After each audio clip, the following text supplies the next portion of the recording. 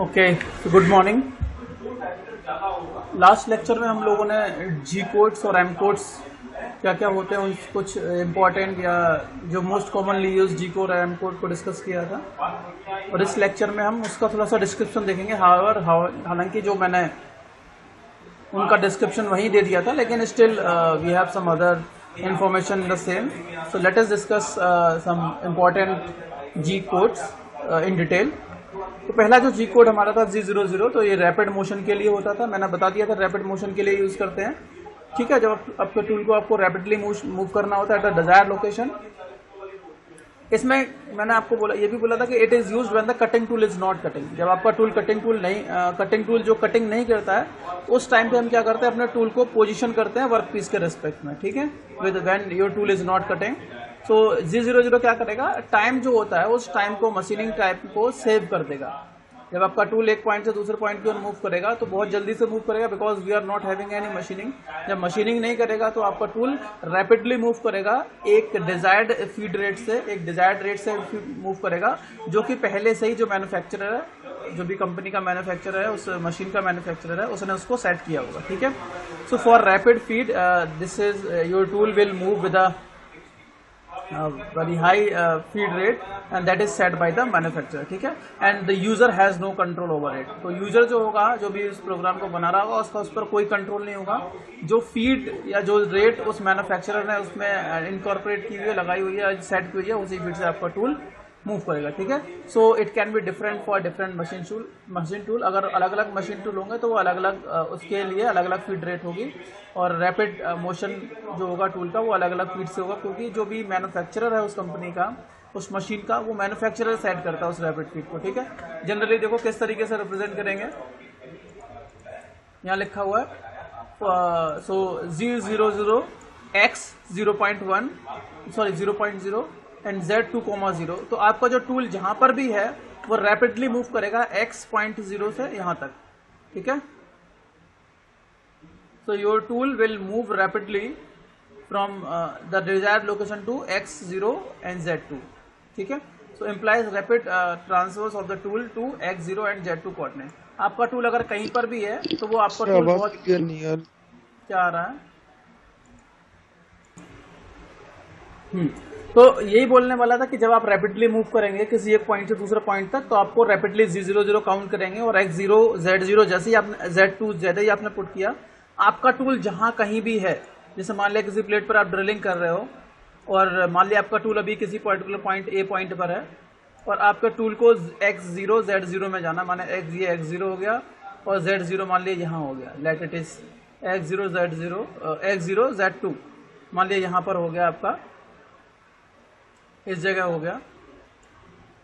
तो आपका tool rapidly किसी एक पर्टिकुलर पॉइंट से दूसरे पॉइंट तक रैपिडली मूव करेगा। रैपिडली का मतलब है वो शॉर्टेस्ट पाथ को फॉलो करके your tool will move rapidly. ठीक है, एक पॉइंट से दूसरे पॉइंट तक। इस तरीके से आप इसकी कमांड दे सकते हैं, इस तरीके से आप इसको प्रोग्राम में राइट कर सकते हैं। ठीक है, चलिए अगला देख लेते हैं, G00 लीनियर इंटरपोलेशन।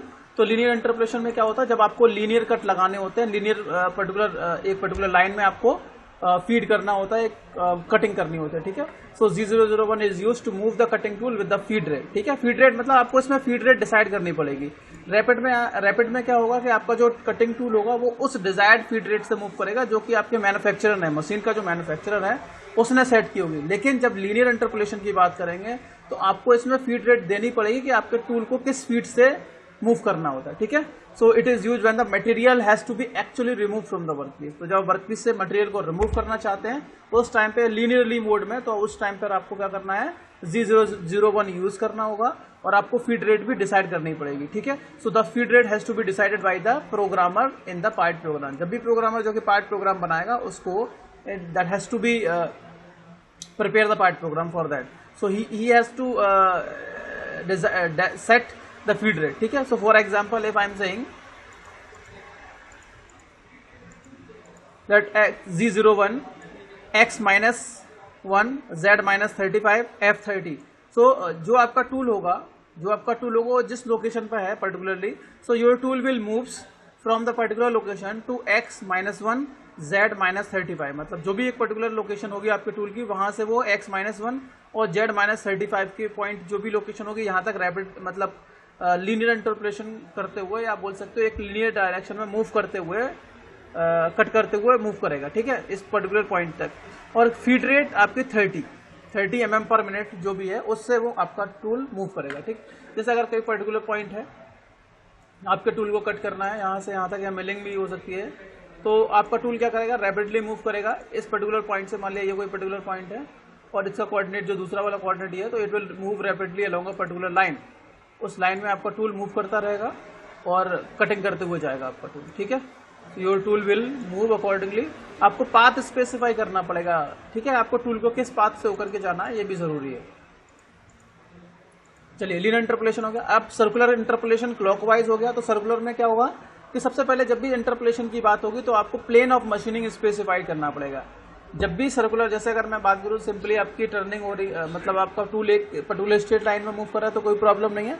लेकिन जब आपका टूल किसी कर्व, मतलब कि कोई कर्व पाथ पर चलेगा तो आपको दो डायरेक्शन में एक साथ कंट्रोल चाहिए, ठीक है, दो डायरेक्शन में या दो साइड्स में एक साथ कंट्रोल चाहिए।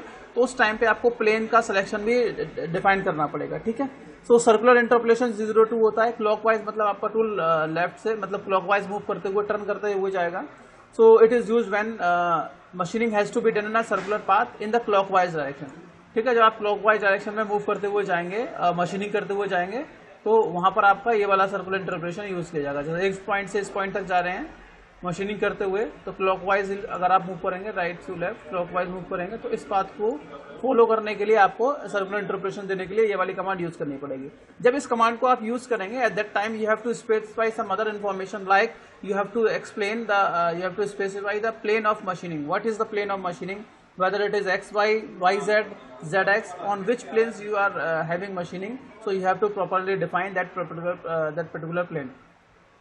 Okay, and the position of end point of the arc and the radius of arc, it is an important. Whenever you are moving on a curvular path, जब ये circular path पर आप move करेंगे तो क्या होगा, आपका जो पॉइंट होगा एक कर्वेचर फॉर्म करेगा, ठीक है। एक पॉइंट से दूसरे पॉइंट तक कर्व बनाते हुए, कट करते हुए जाएगा, तो उसका कुछ ना कुछ रेडियस होगी, उसकी कुछ ना कुछ रेडियस होगी। जैसे आप लोग फ्लैट देते हैं ना, फ्लैट रेडियस होती है, इसी तरीके से आपका टूल कट करते हुए जाएगा तो आपको यहाँ ये जो रेडियस है वो रेडियस डिसाइड करनी पड़ेगी, और अपनी इनिशियल पोजीशन से जिस पोजीशन तक आपके टूल को मूव करना पड़ेगा, जैसे पॉइंट ए से पॉइंट बी तक मूव करना पड़ेगा, तो आपको पॉइंट बी के कोऑर्डिनेट्स आपको स्पेसिफाई करने पड़ेंगे, ठीक है।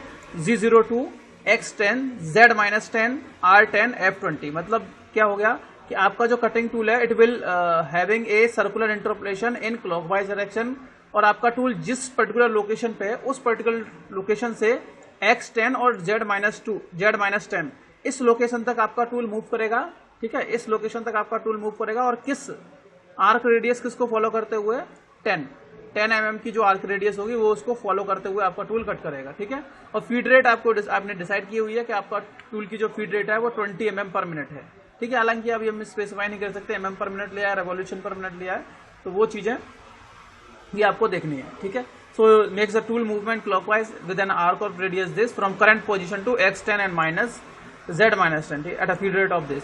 तो आपको एक्सप्लेनेशन भी लिखना है, जैसे जैसे आप प्रोग्राम का कोई भी पर्टिकुलर ब्लॉक राइट करेंगे, so whenever you are writing a particular block, you have to specify a particular description. You have to describe the meaning of each and every code, G code or M code you are using whenever you are preparing a part program. So let us moving the third code, next code, that is code number 4, that is Z03. So it is used in the same way that we have used in the previous code, that is Z02 that we have used. So similarly we can use Z03, but the sense will be in the anti-clockwise direction. The same things we have to done, but the path will be counterclockwise when you are having a preparing a cutting radius or flat radius. Whenever you are moving from point to B, was here, point A was here somewhere. So point B to point A, whenever you are moving on a circular path while cutting on a circular path, then your tool will move from B to A, and you have to specify the radius, what should be the radius of that particular point, ठीक है। तो इसमें भी यही होगा, but motion जो tool का होगा वो एंटी क्लॉकवाइज हो जाएगा, that thing will be remain same. Z04 I have already discussed. Whenever sometime you want to wait for a specified time, whenever you are not machining but want your tool to hold at some particular instant of or some particular location. At that time you will be using G04. I have already discussed in the previous lecture, when you are having a call and instantly another call is coming, then you will be putting one call on hold and will be talking to the second call. ठीक है, phone आता है mobile पे, तो अगर एक call आ रही है आप उससे बात कर रहे हो, उसके बाद साइमल्टेनियसली दूसरा कॉल आता है, तो आप बोलते हो कि मैं अभी होल्ड पे रखता हूँ, उसके बाद बात करता हूँ, तो वो कॉल कटती नहीं है, आप थोड़ी देर के लिए उसको होल्ड पे रख देते हो. The same thing is dwell. ठीक है. So it can be use to rotate the tool at a fixed position for a specified period of time. आपका जो टूल है किसी पर्टिकुलर लोकेशन पे या तो फिक्स रोटेट करता रहे फिक्स ड्यूरेशन के लिए, तो you have to define that thing. So the format for the command is G04. आप स्पेसिफाइड करोगे एक्स और उसका टाइम, मतलब उस पर्टिकुलर इंस्टेंट पे आपको टूल को कितने टाइम तक रुकना है, वो भी चीजें आपको डिसाइड करनी पड़ेंगी. ठीक है. So where T is the time of dwell time होगा. ठीक है. For example if a drill और reamers should dwell is a hole for 5 second. मान लिया कि आप कोई होल बना देते हैं, रीमिंग कर रहे हो, ड्रिलिंग कर रहे हो, और आप अपने टूल को 5 सेकंड के लिए होल्ड रखना चाहते हो, तो कमांड किसकी हो जाएगी, G04 X 5 पॉइंट. ठीक है. सो G04 मीन्स ड्वेल, और किस लोकेशन पर ड्वेल रहेगा, X इज इक्वल्स टू 5. इस लोकेशन मतलब X की जो भी पर्टिकुलर लोकेशन है वहां पर आपका टूल को 5 सेकंड के लिए आप उसको होल्ड पर रख देंगे. ठीक है. G17, G18, G19 these things are used to select the plane. Plane selection के लिए यूज करते हैं. मिलिंग में जनरली हम इसको यूज किया जाता है. पहला G17 होता है XY प्लेन, G18 होता है XY XZ, एंड YZ के लिए हम यूज करते हैं G19. ठीक है. So plane respectively in the case of the milling operation, because we will be preparing the part program for milling operation as well. That's why we have to learn these commands. These are some important codes you have to learn. You have to keep these codes in your mind. Remember. So G17, when you are selecting a particular plane, let XY plane you are selecting.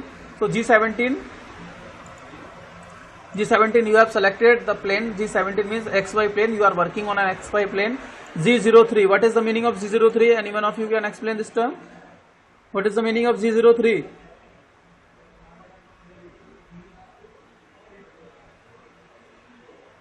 Yes. Vamik.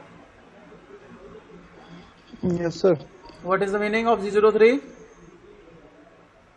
Sir ये counter clockwise पर use होता है. Circular interpolation in counter clockwise direction. Okay. X is this, Y is this. So you have selected that the reference plane is XY plane. ठीक है. And with radius R is 25. मतलब your point this.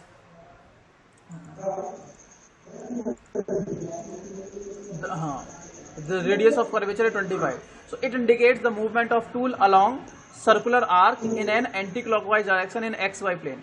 Okay. So whenever you are giving the X value and Y value, and you have selected XY, you have given the value of XY plane, then you have G17, you have selected XY plane for the circular interpolation in anti-clockwise direction with the radius of curvature is 25 mm, and the plane selected is XY plane because you have mentioned the value of XY over here. Now moving to the, similarly you can select the different planes by using the codes G18, G19. These things you can select and can answer this question. Now moving to the next one, G20 and G21. What is the value of G20? For giving the dimensions in mm and inches. ठीक है. So for inches you will be using G20 and G21 can be used for mm. है ना? Is it okay? यही था ना? Yes sir. G20 for yes, sir, yes, sir. inches, if you are giving the dimensions in inches, and for G21 is used for mm. G28 for reference tool movement. So G28 is used to move the tool to a reference point via an intermediate point. The movement is accomplished in rapid transverse mode. So whenever you want to move your tool to a reference point, you will be giving G28. Let us whenever we will be programming the things, then we will just explain you what is the reference point. However, I have already discussed this term. What is the reference point? Reference point or set point is that point from where you will be making the programming, or you will be deciding the path of your tool. Moving G32 and G78. So G78. So G32 is used for cutting straight or tapered thread. I have already discussed. For cutting tapered threads or straight threads, you will be using G32. But since it doesn't allow automatic return to the starting point, तो इसमें क्या होगा, आपका tool जो है starting point पर automatically return नहीं होगा. So G78 that is the multiple threading cycle is use. ठीक है, जब आप एक थ्रेड बनाएंगे then you will be using G32, but for multiple threading cycle you will be using G78. ठीक है, G78 कब यूज करेंगे, जब आपको मल्टीपल थ्रेड्स बनाने होंगे. And why, because G78 is used for the canned cycle. तो G78 is a can cycle unlike G32. ठीक है, G32 में एक ही थ्रेड होगा, जबकि G78 में ये आपका कैन साइकिल को फॉलो करता है. The format for this cycle comprises of 2 block. इसमें 2 ब्लॉक होंगे.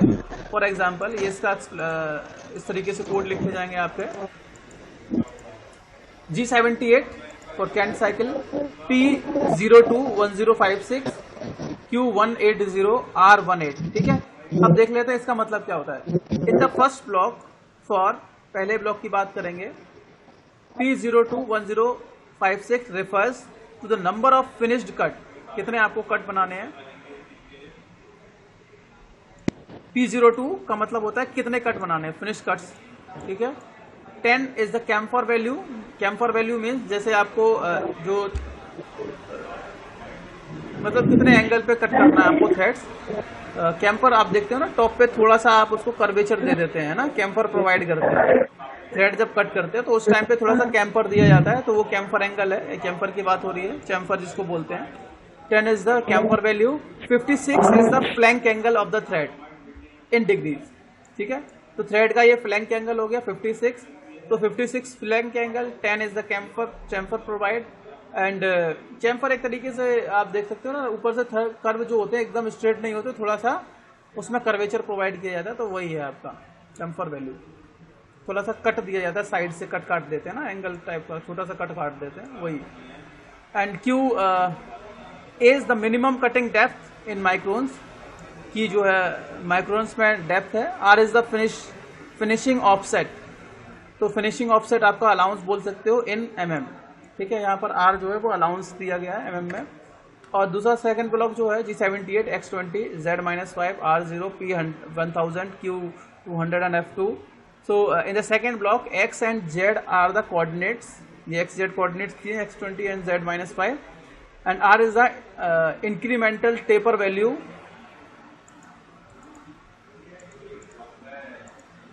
R is the incremental taper value with sign. R is in the cylindrical threads. Cylindrical threads में जो रेडियस ऑफ कर्वेचर है उसकी value दी गई है आपको. इंक्रीमेंटल टेपर जो होता है उसकी वैल्यू 0 होगी. P is the thread depth in microns, always positive. तो थ्रेड डेप्थ को हम पॉजिटिव लेते हैं, P1000. And Q is the cutting depth for first cut in the micron. इसको चलो जब इसकी प्रोग्रामिंग करेंगे ना तो एक बार और देख लेंगे इसको, है ना, डिटेल में पढ़ लेंगे. चलिए अगला देखते हैं G41 एंड G42. तो ये कटर रेडियस कंपनसेशन होता है. तो मैंने बताया था कि जब भी आप बहुत टाइम तक अपने टूल को कट करते जाएंगे तो एक तो पहली बात उसकी रेडियस कम हो जाती है. दूसरा मैंने बताया था कि जब आप एक रेक्टेंगुलर प्लेट को कट करेंगे और एंड पॉइंट पर पहुंचेंगे तो आपका टूल ओवर ट्रेवल करता है. तो उसको मिनिमाइज करने के लिए हम कटर ऑफसेट कंपनसेशन प्रोवाइड करते हैं. ठीक है, so G40 and G42, G41 and 42, these are use for offset the cutter.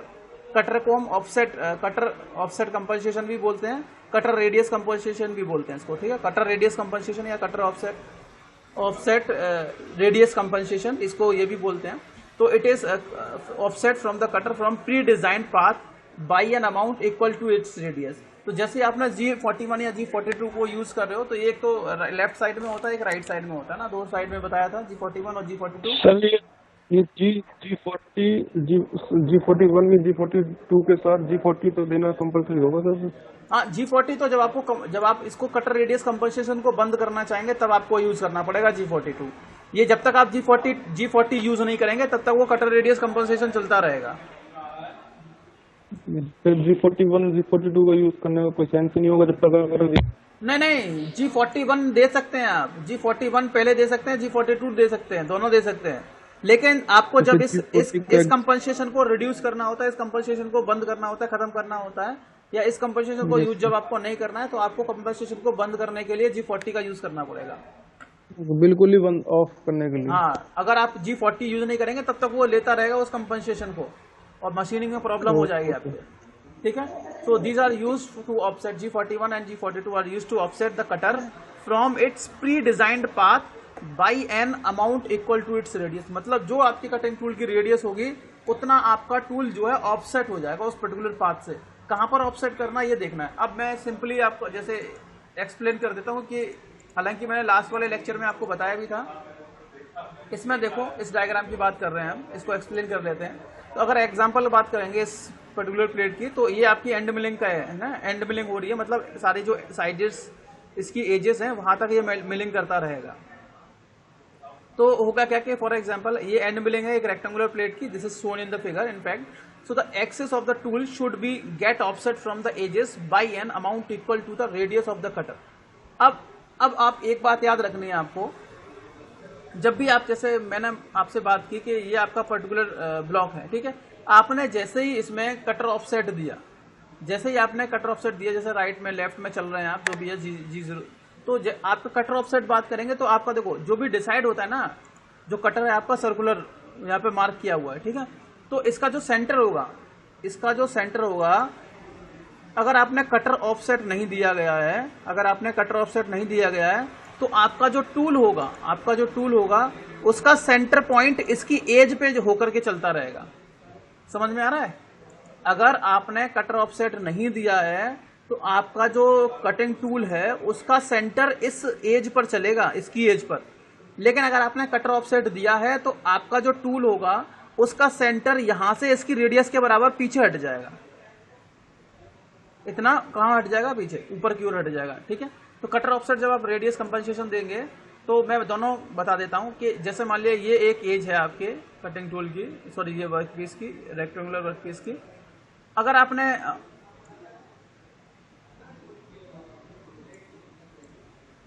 आपने कटर ऑफसेट दिया है तो आपका टूल इस पाथ पर चलेगा, इस लाइन के ऊपर चलेगा। लेकिन अगर आपने कटर ऑफसेट नहीं दिया है तो आपका जो कटिंग टूल का सेंटर है वो इस लाइन पर चलेगा, वो इस लाइन पर चलेगा, इस वाली लाइन पे।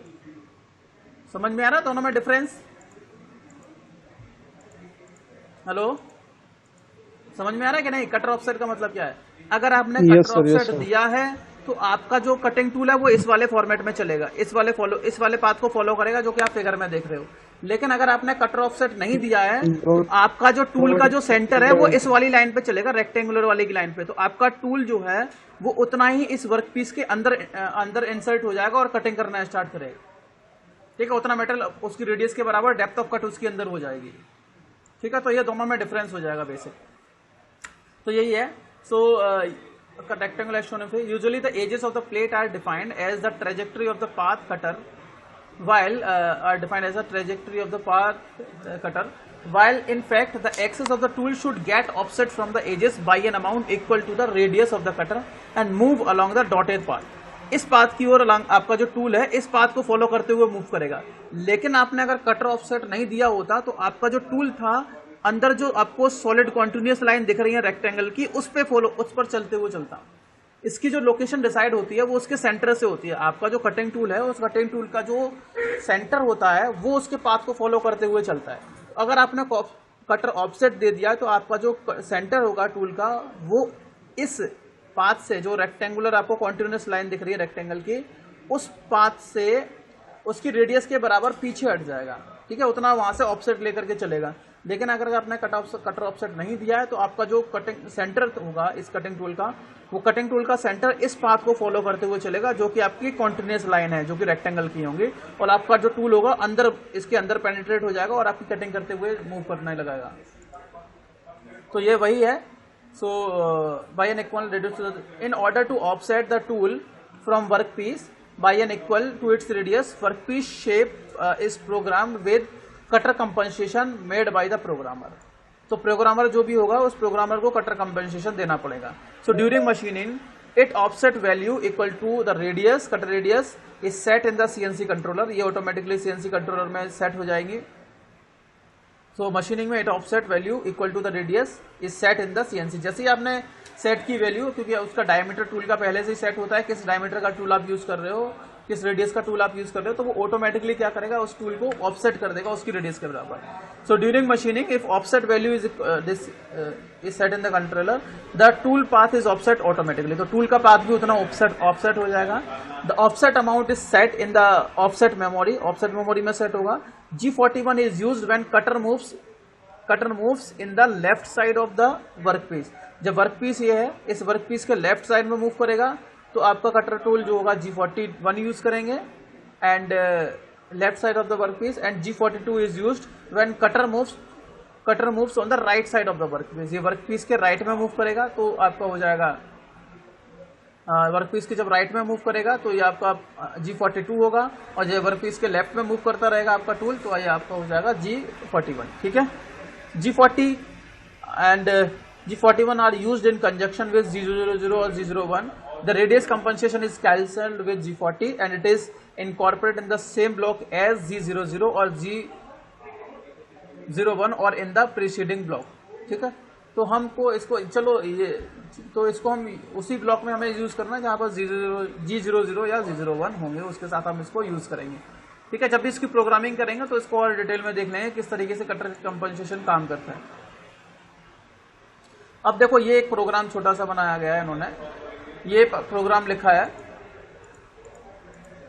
Right NC part program for end milling of the plate shown in figure below. Feed rate is given 100 mm per minute। The plate is 10 mm thick. तो प्लेट जो है उसकी जो थिकनेस कितनी है, 10 mm है। अब देखो इसमें जो ये प्लेट आपको जो दिख रही है फिगर 3.2 में, इस प्लेट में आपको कोऑर्डिनेट्स वगैरह दिए हैं क्या? नहीं दिए हैं। इसमें कोई एक्सेस डिसाइड की गई, नहीं डिसाइड की, तो आपको आर्बिट्रेरीली इसकी कोई भी रेफरेंस पॉइंट उसको डिसाइड करना पड़ेगा जिसके रेस्पेक्ट में आप इसको क्लासिफाई करेंगे या इसके कोऑर्डिनेट डिसाइड करेंगे। ठीक है, तो ये आपकी प्लेट थी, इसको हमने एक्सट्रीम लेफ्ट पॉइंट को हमने क्या मान लिया, 00 मान लिया।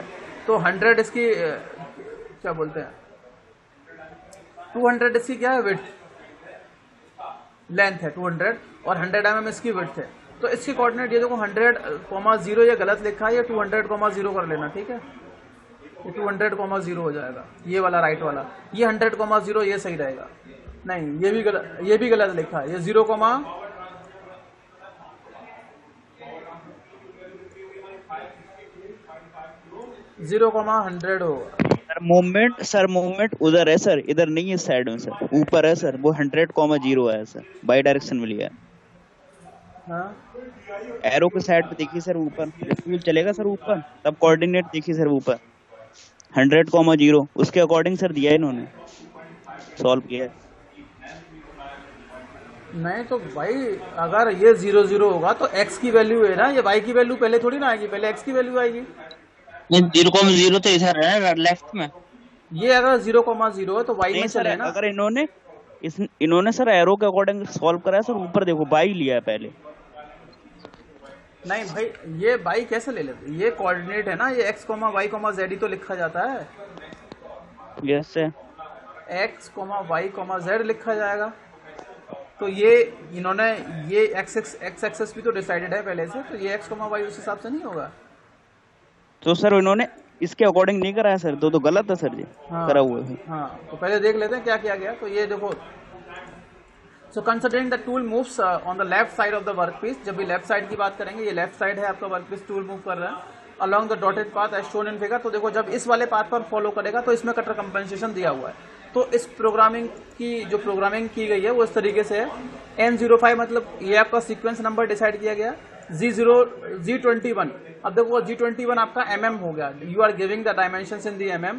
G90 absolute programming coordinate, you are using absolute coordinate programming, absolute coordinate system आप इसमें यूज कर रहे हो। G92 किसके लिए बताया था, फीड रेट के लिए था। नहीं, G92 का कोड क्या था, देखो जरा एक बार।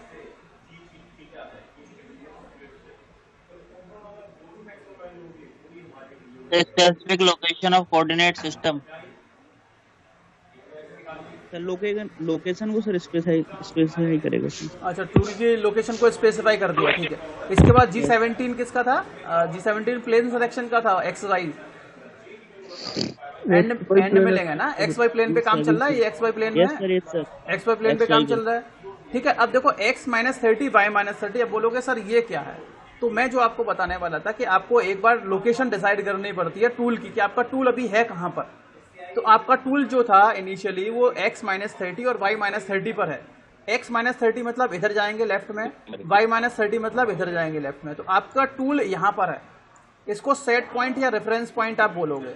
ठीक है, ये जो लोकेशन टूल की दिखाई गई है इनिशियल वो पॉइंट जो होता है। माइनस, हाँ इनिशियल पॉइंट नहीं है, ये रेफरेंस पॉइंट है, -30 -30, x माइनस 30 y माइनस यहाँ 30, पे ये प्रोग्राम आपकी, स्टार्ट होगा। हाँ, आपका टूल यहाँ पर है।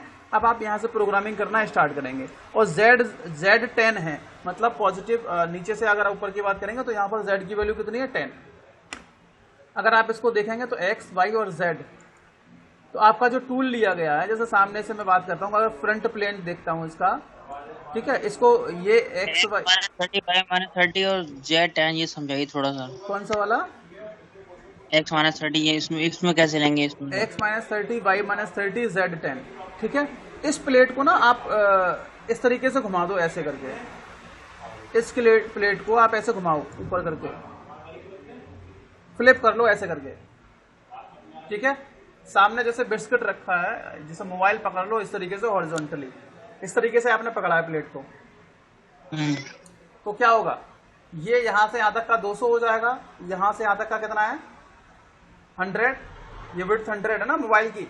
तो मोबाइल को सामने से पकड़ोगे तो उसकी लेंथ हो जाएगी 200, ये विड्थ हो जाएगी, जो इसकी थिकनेस है, ये थिकनेस वो Z है। तो आपका टूल कहां पर है, यहां पर +Z। ठीक है, नहीं समझ पा रहे हो, आपका कैमरा म्यूट है सर, ऑफ है। एक मिनट रुको। ये जो कोऑर्डिनेट आप देख रहे हो बेटा, इसमें ये कोऑर्डिनेट गलत डिसाइड किए हैं इन्होंने, उल्टे लिख दिए हैं, गलतियां हैं उल्टे हैं इसमें। सर। हाँ, ये जैसे 0,0 ये तो ठीक है, ये होगा आपका 0,100, ये आपका 0,100 होगा। हाँ सर, और ये होगा तो बाई आपका, डायरेक्शन। हाँ ये होगा आपका 100,200, ये गलत लिखे हैं कोऑर्डिनेट्स, इनको करेक्ट कर लेना, 100,200, और ये हो जाएगा आपका 200,0 नहीं 100, हाँ 200,0। Yes sir. ठीक है, तो ये करेक्ट कर लेना आपको, ये हालांकि नीचे आपको दिख जाएंगे, नीचे आपको दिख जाएंगे। ठीक है, यस सर। चलिए,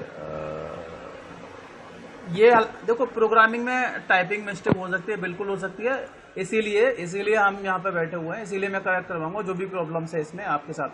ठीक है, तो यहाँ तक समझ में आ गया। G17 क्यों दिया, प्लेन सिलेक्शन के लिए होगा, आप एक्स वाई प्लेन पर मिलिंग कर रहे हो, बिल्कुल ठीक है। x -30 मतलब आपका कटिंग टूल, -30 मतलब बैक, ये अगर ये पॉजिटिव x है तो -30 मतलब पीछे -30 जाना है, x में -30 जाना है, y में -30 जाना, अगर ये पॉजिटिव y है तो y में -30 जाएंगे इधर, तो -30 यहाँ पर आ गया। और आपका टूल मतलब ये पर्टिकुलर हाइट पर है, z की वैल्यू, ठीक है, ये -3 हो गया। आपका कटिंग टूल अभी यहाँ पर है, तो कटिंग टूल की आपने लोकेशन सेट कर दी है, ये आपका सेट पॉइंट हो गया, रेफरेंस पॉइंट उन्होंने मान लिया, और z की वैल्यू ये है। अब अगले वाले पॉइंट में मैंने बोला, देखो अगला लिख दिया n10। अब बोलोगे कि सर n के बाद 6 क्यों नहीं लिखा, n005 के बाद n006 क्यों नहीं लिखा, तो मैंने बोला कि बीच में बाई चांस कोई मॉडिफिकेशन करना है तो उसके लिए कर सकते हैं, आप भी लिख सकते हो, कोई दिक्कत नहीं है इसमें। n5 से n10 भी लिख सकते हो। G00 आपका टूल अभी जहां पर है, समझ रहे हो, आपका टूल कहां पर है अभी बताइए। 00 पे है सर? नहीं है ना, 00 पे कहां है, अभी बताया तो था, x -30 y -30 और Z10 यहां पर है आपका टूल अभी। हाँ सर, अपोजिट डायरेक्शन में सर। ठीक है, x -30 y -30 और Z3, मतलब x -30 इधर चले जाएंगे, लेफ्ट साइड में जाएंगे, y -30 बॉटम साइड में जाएंगे 00 से, तो और z पॉजिटिव, क्योंकि z एक्सेस उसमें दिखेगी नहीं, जब टू प्लेन की बात करेंगे तो तीसरी एक्सेस हमें दिखेगी नहीं, तो वो इसके ऊपर मान लेंगे। तो अब आपका टूल अभी यहाँ पर है, इस वाली लोकेशन पे। अब आपका टूल इस वाली लोकेशन से कहाँ करेगा, G00 किसके लिए होता है, रैपिड मोशन के लिए होता है कि नहीं। Yes sir. तो आपका टूल रैपिडली मूव करेगा कहां पर, x0 y0 z -20, x0 y0 z -20 पे आपका टूल रैपिडली मूव करेगा। अब बोलोगे कि सर कि z -20 क्यों कर दिया, हम तो -10 करेंगे, कर लो, -10 कर लो, -15 कर लो, कोई दिक्कत नहीं है। अब बोलोगे सर ऐसा क्यों किया गया? जब आप एंड मिलिंग करेंगे तो जो मिलिंग कटर होगा तो आपका मिलिंग कटर इस पे चलेगा ना, इस पे। और अभी आपका मिलिंग कटर अगर यहाँ रहेगा, इस एंड वाले पॉइंट पे रहेगा, तो क्या होगा? अगर आप, मैं फ्रंट व्यू इसका दिखाता हूँ सामने, ये तो टॉप व्यू है, फ्रंट व्यू जब आपको दिखाऊंगा तो कुछ ऐसी प्लेट लगेगी जहां पर ये आपकी जेड हो जाएगी लोकेशन। तो आपके टूल को हम जेड डायरेक्शन में थोड़ा सा नीचे कर देंगे। जेड डायरेक्शन में हम क्या करेंगे? थोड़ा सा नीचे नीचे करेंगे तो क्या होगा?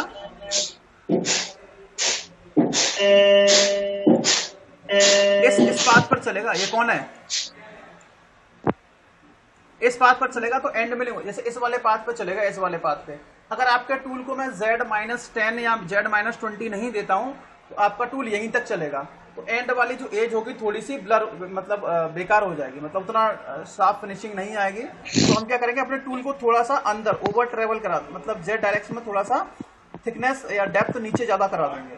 ठीक है, ये वाली जो डेप्थ है इसको थोड़ा सा नीचे टूल को निकाल देंगे, इसीलिए मैंने Z-20 दे रखा है। ये चीज समझ में आ रही है? नहीं आ रही? Z-20 क्यों दिया है? नहीं आ रहा है? Hello, yes sir. नहीं आ रहा समझ में Z-20 वाला? भाई ये आपका पेन, ये मान लिया ये आपका कटिंग टूल है, ये मैंने मान लिया कि ये प्लस Z है, प्लस Z मतलब +10 यहाँ पर है।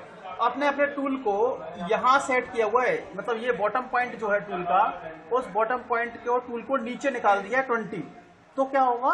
ये वाली जो एज होगी, वो नीचे वाली एज वो बेकार नहीं होगी, मतलब आप बोल सकते हो उसकी फिनिशिंग अच्छी नहीं आएगी। तो अपने टूल को थोड़ी सी डेप्थ ज्यादा दे देंगे। अब ये पूरा टूल इस आपके वर्कपीस के कॉन्टेक्ट में मिलिंग करते हुए जाएगा इस तरीके से। और अगर आप -20 नहीं देंगे, -10 दे दो, कोई दिक्कत नहीं है, तब भी काम चल जाएगा। तो ये होगा कि आपका टूल थोड़ा सा कम ऊपर, मतलब डेप्थ उसकी जो जेड डायरेक्शन में लेंथ होगी वो कम रहेगी। ठीक है, लेकिन देना पड़ेगा हमें। ठीक है, समझ में आ रहा है भाई? नहीं आ रहा है?